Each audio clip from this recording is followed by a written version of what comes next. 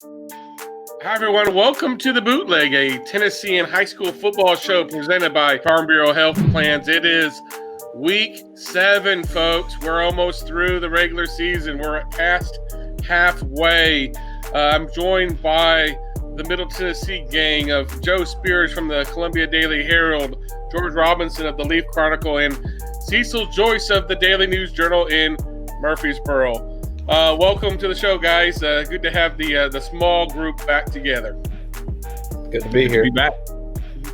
We are working on a deal. I know some of y'all that saw last week's show may miss the bunny. We are in contract negotiations. The bunny may come back at some point. Until then, you'll have to settle for these guys. If you didn't watch last week's show, you missed maybe the best one of all time. I suggest you go back and look at our midseason report and check out the bunny that made the appearance last week. So welcome to, again, week 7. And again, we appreciate Farm Bureau Health Plans for being our sponsors this year, this year. And I want to start the show, guys, what I've framed the challenge of COVID.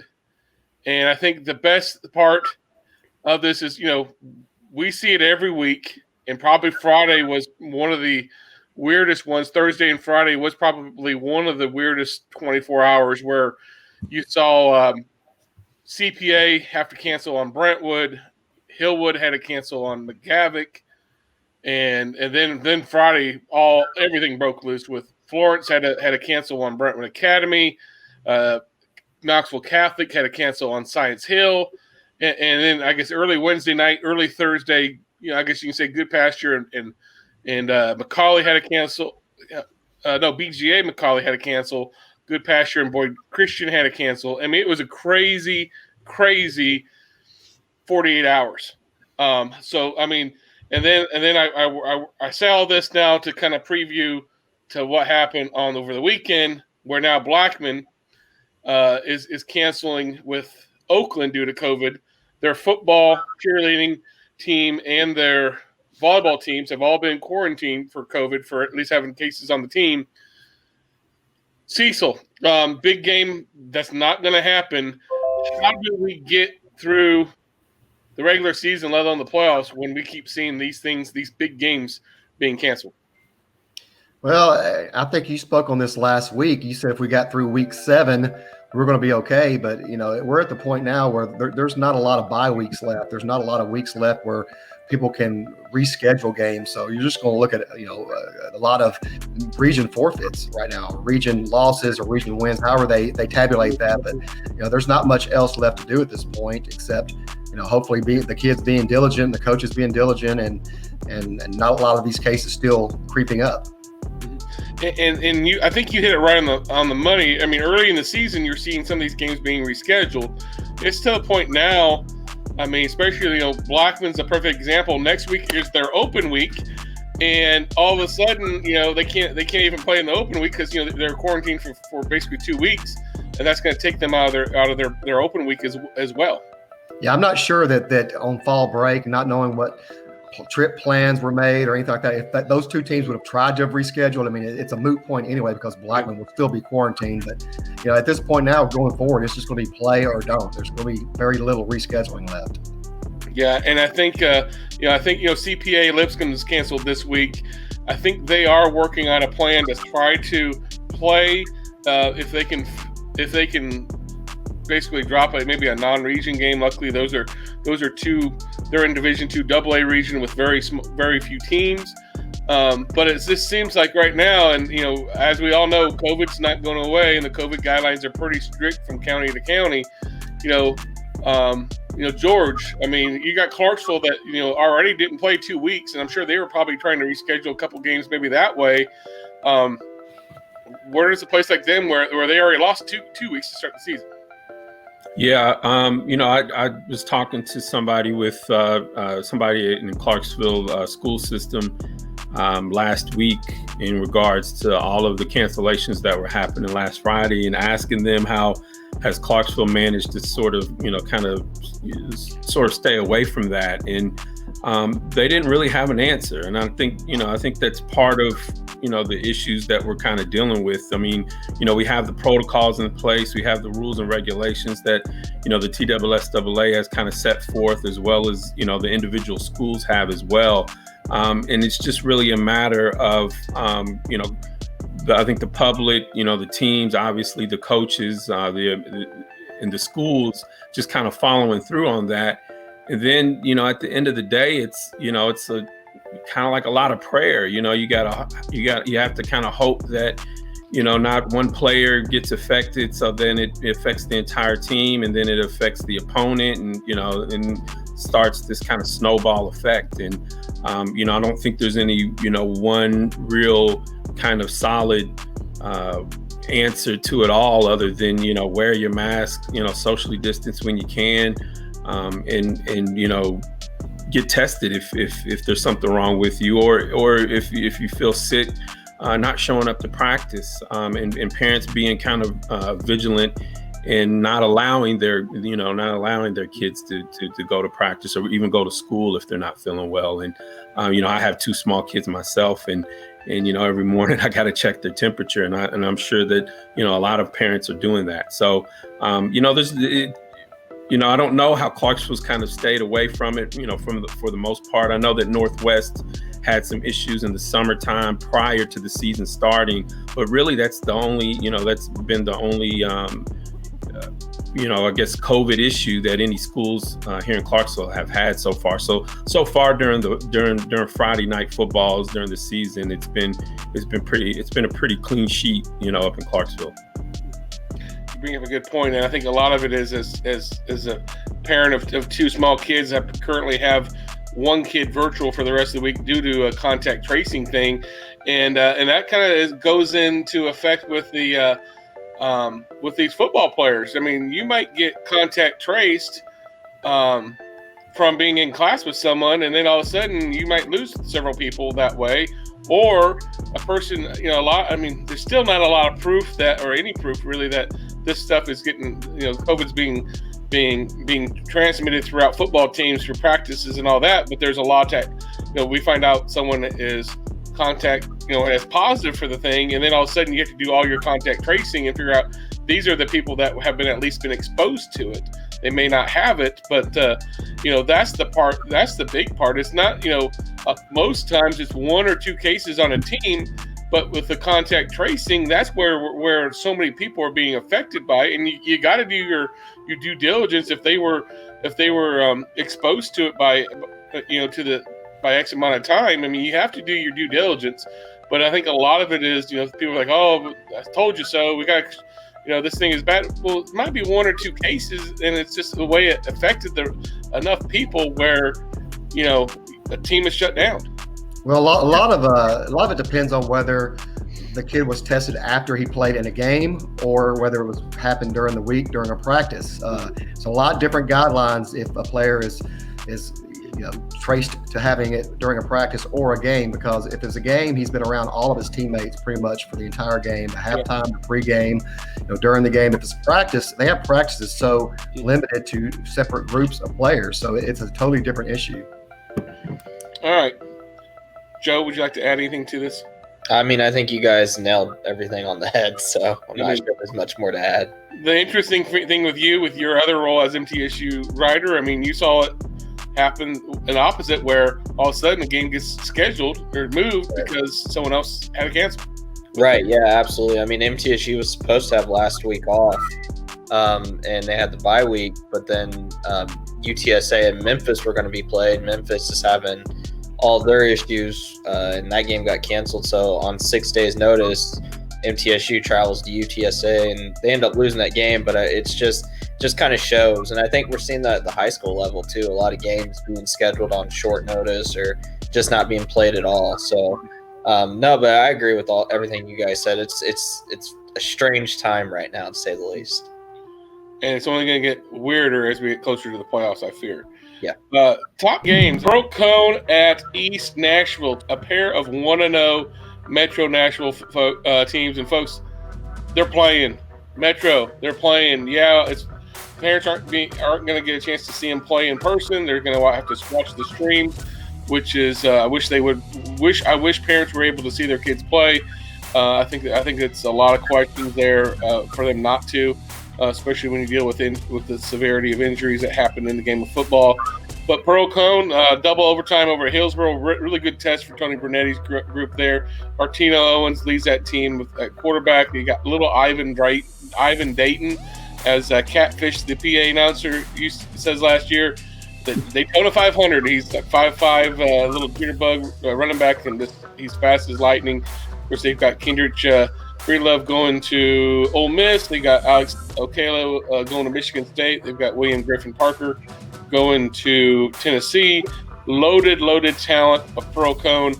Have to think that they are the heavy favorite against East Nashville, who just rolled over Maplewood in Jamal Stewart's first game. I like Pearl Cone in this one. Multiple touchdowns. I'm going to say 42-28. I think the offenses get going for Pearl Cone this week. Again, this is their region, I believe, 5-3A opener. Joe Spears. Yeah, I mean, I last year I covered both games, and I was really impressed by what I saw out of Pearl Cone. I think they're just as good this year. You know, they had to work out some bugs last week with it being their first week back. That team is still really good. East Nashville, I mean, they rolled, but they're not. That wasn't Pearl Cone. I think Pearl Cone wins this 38-28. Okay. George Robinson. Pearl Cone's got so many skilled players that they can go to and kind of rely on that are game changers, really. They got the Dayton kid who, at 73 yards last week, and it's their first game. I think, both of these teams are, because it's so early in the season for them, even though it's, midway point in the year for everybody else. They're still trying to kind of work the kinks out, but I still like Pearl Cone in this game over East Nashville. I'm going to go with 35-24. Cecil? Pearl Cone was picked by most to play in the 3A championship game this year against Alcoa, and I think that's still very much a possibility. Obviously, the time off hurt them, but it hurt East Nashville as well. So I see Pearl Cone winning this game 30-13. Yeah, I think I'm going Pearl Cone 42-28. I think this could be the first of two meetings this season in a shortened season. I do believe it's between Pearl Cone and Covington to see who will have an opportunity to stop Gary Rankin out in Alcoa in Cookeville in December. I said an opportunity.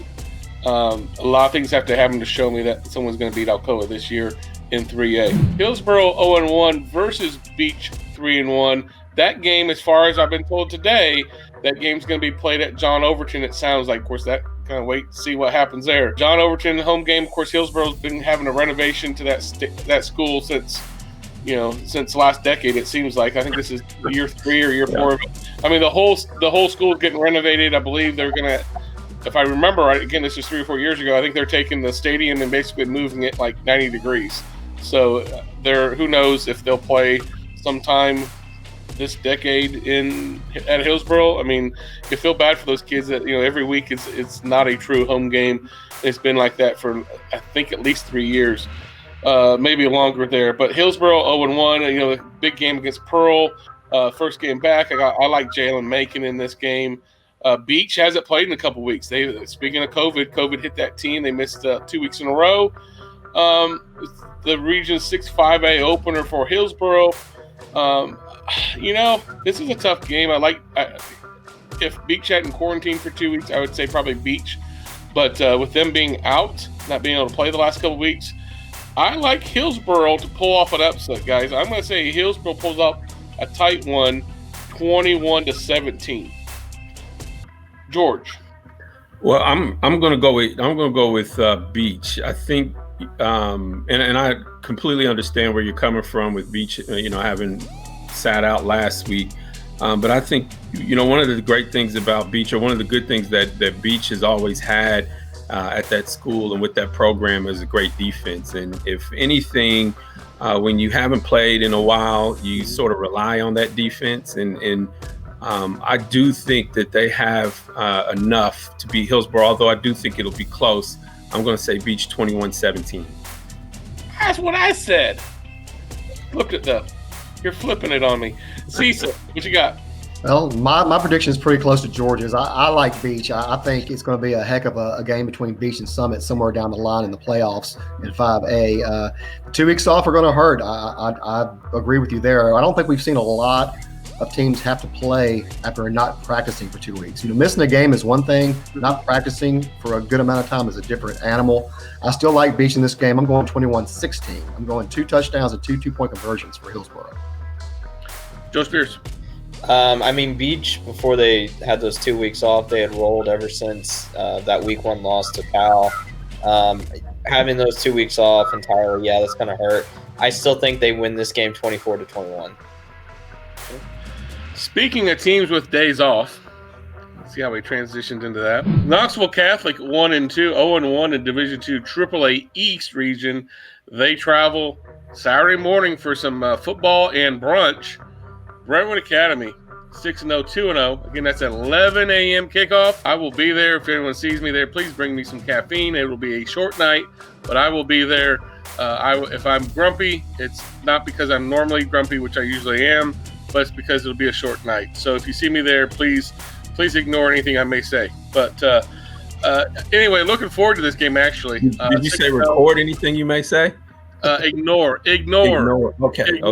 Yeah, make sure you don't record anything. Yeah, ignore. I'm sorry, ignore.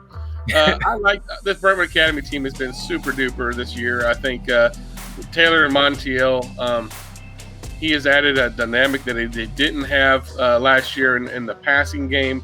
Wade Williams did a great job. He's at Dartmouth now at quarterback for the Eagles in the last couple of years, but he was more of a dual threat. He liked to run and had some wheels and could do that very well. Whereas Taylor is a he can run a little bit, but he'll probably tell you he'd rather sit back there, and he's a gunslinger. He's a Mississippi State baseball commitment. He's got an arm, and he has a really good touch on the ball. And because of that, you've seen Brentwood Academy this year turn into a much more vertical offense, especially with Amir Anor there leading the way there. They got a couple of young receivers there. And if they give him time, he can really light up the secondaries. Probably their weakness has been their run game. It's not the run game that they have seen traditionally over the past several years, but they can throw the ball really well, as good as anyone else. I like Brentwood Academy in this one, and because my understanding is Catholic is in quarantine, and basically, from what I understand, they're going to have 1 day of practice to play Brentwood Academy. If that's the case, if that truly is the case, if they get 1 day of practice, that doesn't bode well for Steve Matthews and the Catholic offense or defense. I think this BA team is just too good. I'm going to say Brentwood Academy 42 to Catholic 14. Joe Spears. Yeah, this Brentwood Academy team's good. Outside of that 3-point win over Macaulay, they've rolled, and if Catholic really only has a day to practice to prepare, that doesn't bode well. Brentwood Academy, 45 to 17. Cecil. Yeah, I think even if Knox Catholic wouldn't have been quarantined, I would have liked Brentwood Academy heavily in this game. I'm going Brentwood Academy 41 to 21. And George.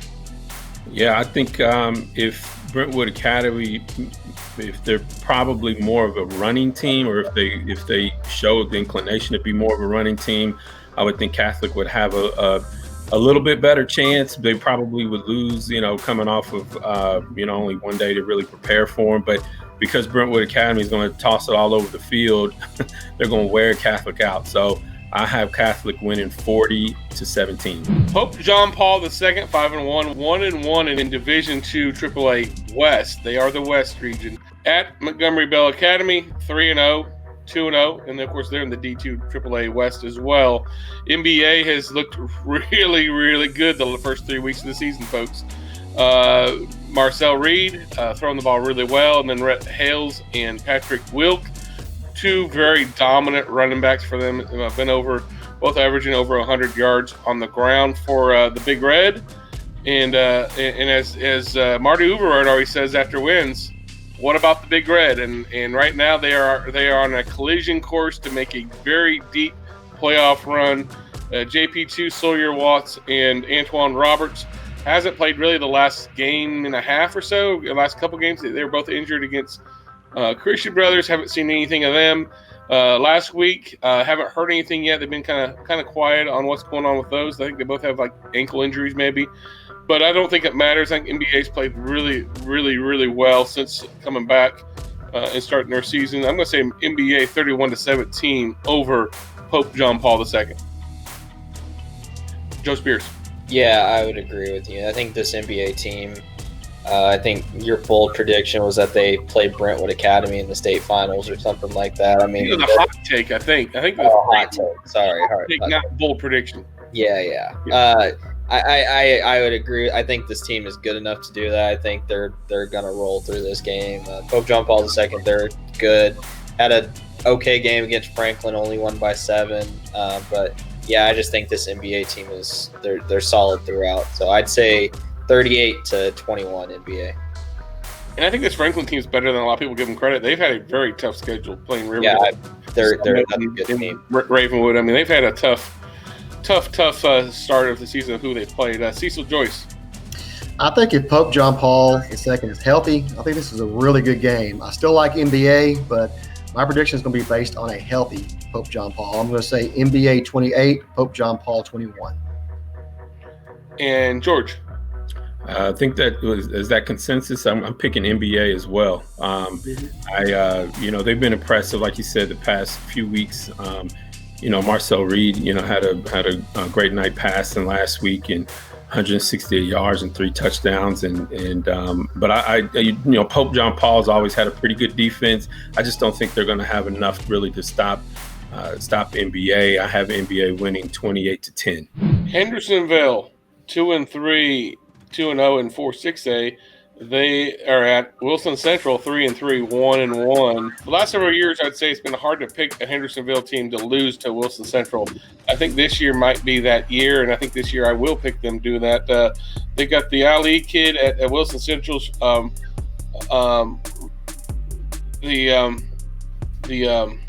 Ali kid at Wilson Central doing a great job running the football. Had a big game last week, and to think about it,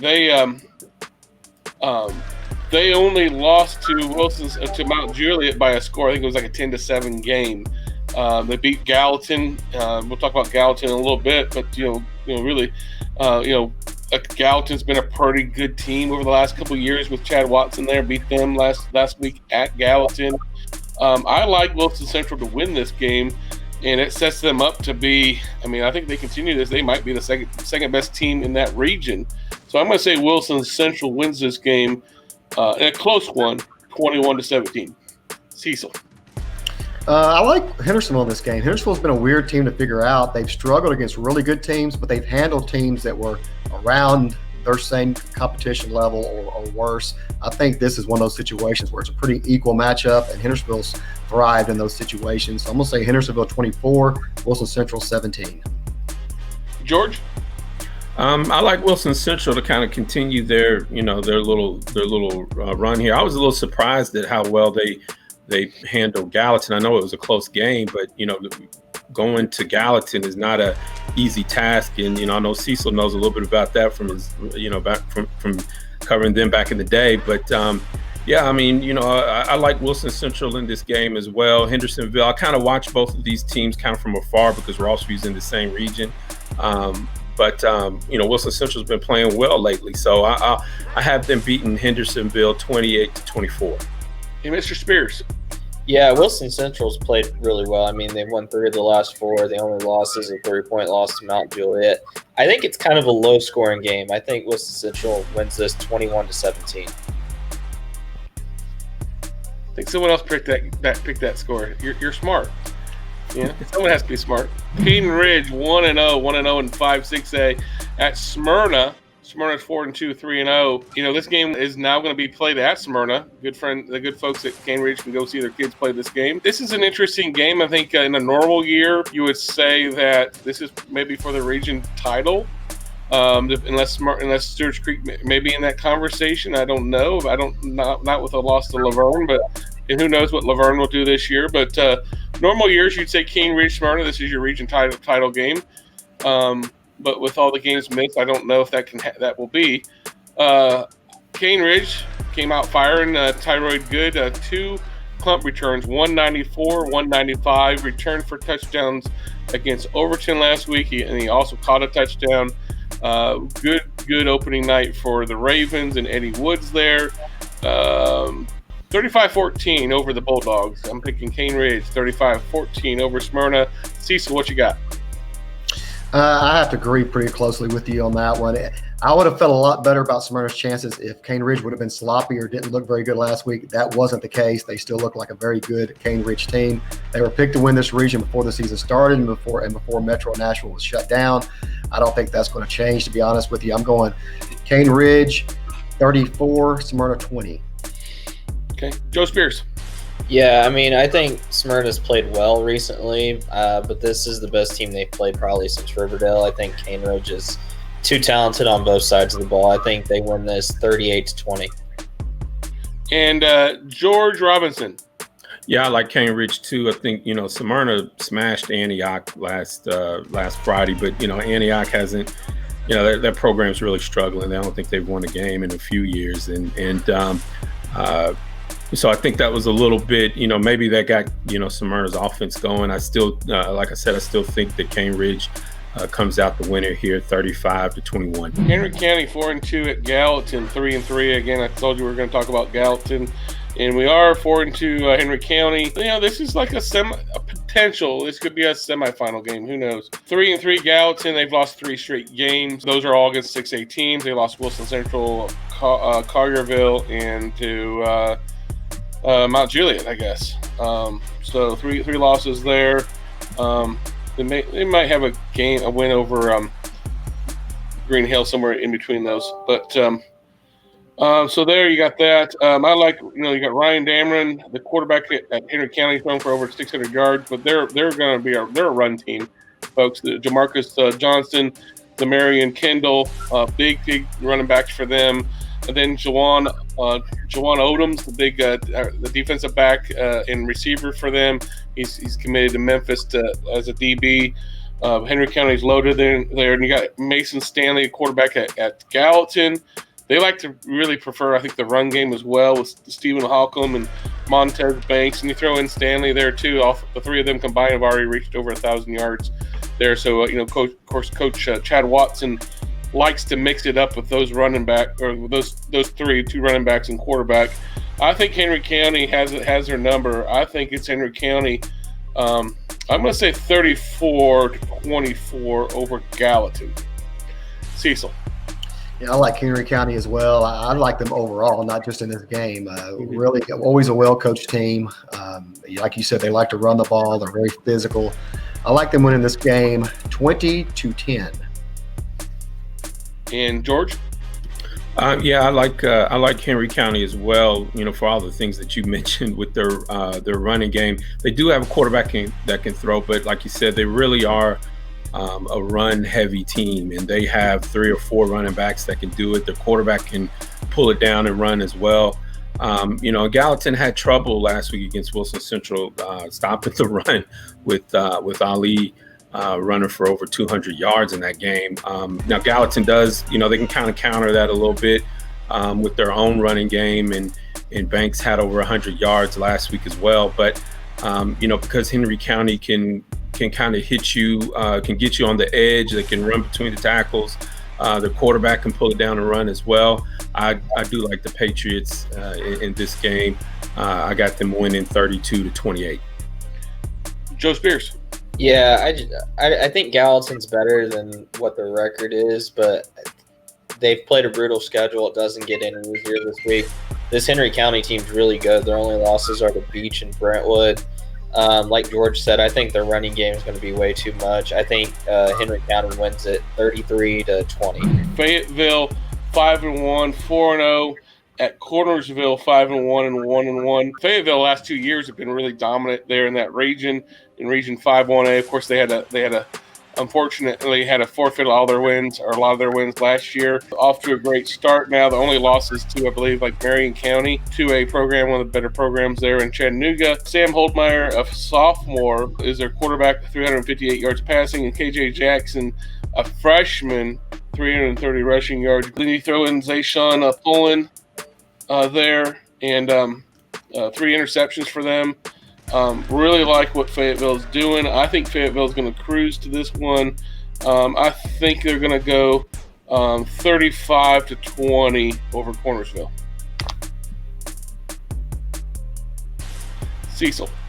I think it's going to be a really good game and a really close game. Cornersville has been playing really well as well. Of course, they're just a couple of years removed from being in the state championship game themselves in 1A, or at least I think they made the semifinals that year. So 2 tradition-rich, at least recently tradition-rich programs going. I'm going to go Fayetteville 20, Cornersville 17. Okay. Spears? Yeah, I'd agree with Cecil. I think it's actually going to be a pretty close game. I think Cornersville defense is pretty good, but like you said, Fayetteville's got way too many options. I think it'll be 24-21 Fayetteville. And George Robinson? It's a battle of 2 ranked teams in Class 1A, so I think you could probably go either way. But I do like Fayetteville in this game over Cornersville. I have them beating them 28-20. And then you look at, you throw in Moore County in this bunch, and one of those 3 I think have a good chance. Whoever can go through the playoffs. With Lake County being down and Huntington maybe not being as good as what they have been in the past. One of these 2 teams, and maybe throw in Moore County in the mix, whoever's playing the best in the postseason could be making a run to Cookeville this year. Final game, Good Pasture, 5-1, 1-1, playing at FRA 1-2, 0-1. Of course, FRA got a late start to the season. The swagger is back at Good Pasture. Tyler Turner got these guys out to a great start. Their lone loss is to Lipscomb. And FRA's lone loss in D2 AA Middle Region is to Lipscomb as well. I think this is a matchup of 2 pretty good quarterbacks there in that league, with Cooper Pennington at FRA. I think it was like 9 of 9, ridiculous numbers, 5 touchdown passes last week. And then David DeRocher, the quarterback at FRA. I think you got two good quarterbacks starting. I like Good Pasture in this game. I think this is where a team playing their 7th game pays off against a team playing their 4th game. The good thing is I think both teams are somewhat healthy. The Vercher kid, Jeffrey Vercher, it could be a difference maker if he gets on track at FRA. But I like Good Pasture to win this game, and I think they're going to win. Let's go 28-20. George. I like Good Pasture in this game as well. I have them winning 25-21. Cecil? Good Pasture's on a roll. I like a lot of things they've been doing this year. I haven't seen them in person, but I've seen a lot of the scores. It's really impressive. I'm going Good Pasture 24 and FRA 10. And finally, Joe Spears. Good Pasture. They bounced back from that loss with a 30-point win over McGavick. Overall, they've played really well this year. I think they win this game 28-20. Did you catch the 25 points I said? There's got to be a safety in the field goal, right? Somewhere in there. Somewhere. Or some missed points, mixed extra kicks, Probably. Who knows? Probably more likely it's missed extra points than a safety. So I hope you guys have your coats ready for this weekend. It's going to be the coldest night of the year so far. So I shouldn't have my shorts on. Is that what you're telling me? Well, maybe for the Saturday morning game, but not for Friday night. I might bring a pillow for Saturday morning's game. I wonder if I can bring a chair and a lounger or something, and just I'm hoping they're going to at least provide us like some sort of brunch, for the game. No hint. That's a little hint for you, Cody, if you're watching. A little something there. But anyway, we'll be there at 11 a.m. I'll be at Brentwood in Independence. George, where are you at this week? Clarksville Northeast. That's a big Region 7 5A game. Northeast is already 3-0 in region, and Clarksville's 0-2. So Clarksville needs this game bad. And Northeast is coming off a pretty impressive night last week where they scored 53 points. So huge game in that region, particularly for Clarksville, trying to stay in the thick of things. We'll see how that goes. And Cecil, you're at Smyrna. Smyrna versus Cane Ridge. Barring something crazy like IMG Academy come up here to play Oakland, that's where I'll be. I'll be at Smyrna, Cane Ridge. Primetime needs a game. I'm telling you. I called Kevin Creasy. He said, hey, give Primetime a phone call. He needs a game. I talked to him earlier today. He feels doubtful they'll find a game this week. Yeah, he said it was very doubtful. And Joe, have you, as the best man in that wedding, have you figured out how to get out of that wedding yet? I have not, no, but I'll be back ready to go next week. Folks, we do have Mike Organ. Tweet pictures. Yes, can you tag us in some pictures? I will. Keep the cake stands or anything like that. Keep that to yourself. I don't want to see that stuff. But you're still a young guy. I'm well past those days. Pearl Cone at East Nashville. We'll get that staffed this week by Mike Organ, Mr. NIL himself, and then we'll have a writer, Tyler Palmatier. We'll tentatively have him covering the Hillsboro Beach game. So we've got a lot of Metro games being covered this week, and a lot of great action. And we'll see you next week on the Bootleg. Again, I'll give you an update on the contract negotiations. I'm bringing the official mascot of our group, the Bunny, back on our show. We're working on it, guys. Buddy the Bunny. Buddy. We'll see you next week, guys. See ya.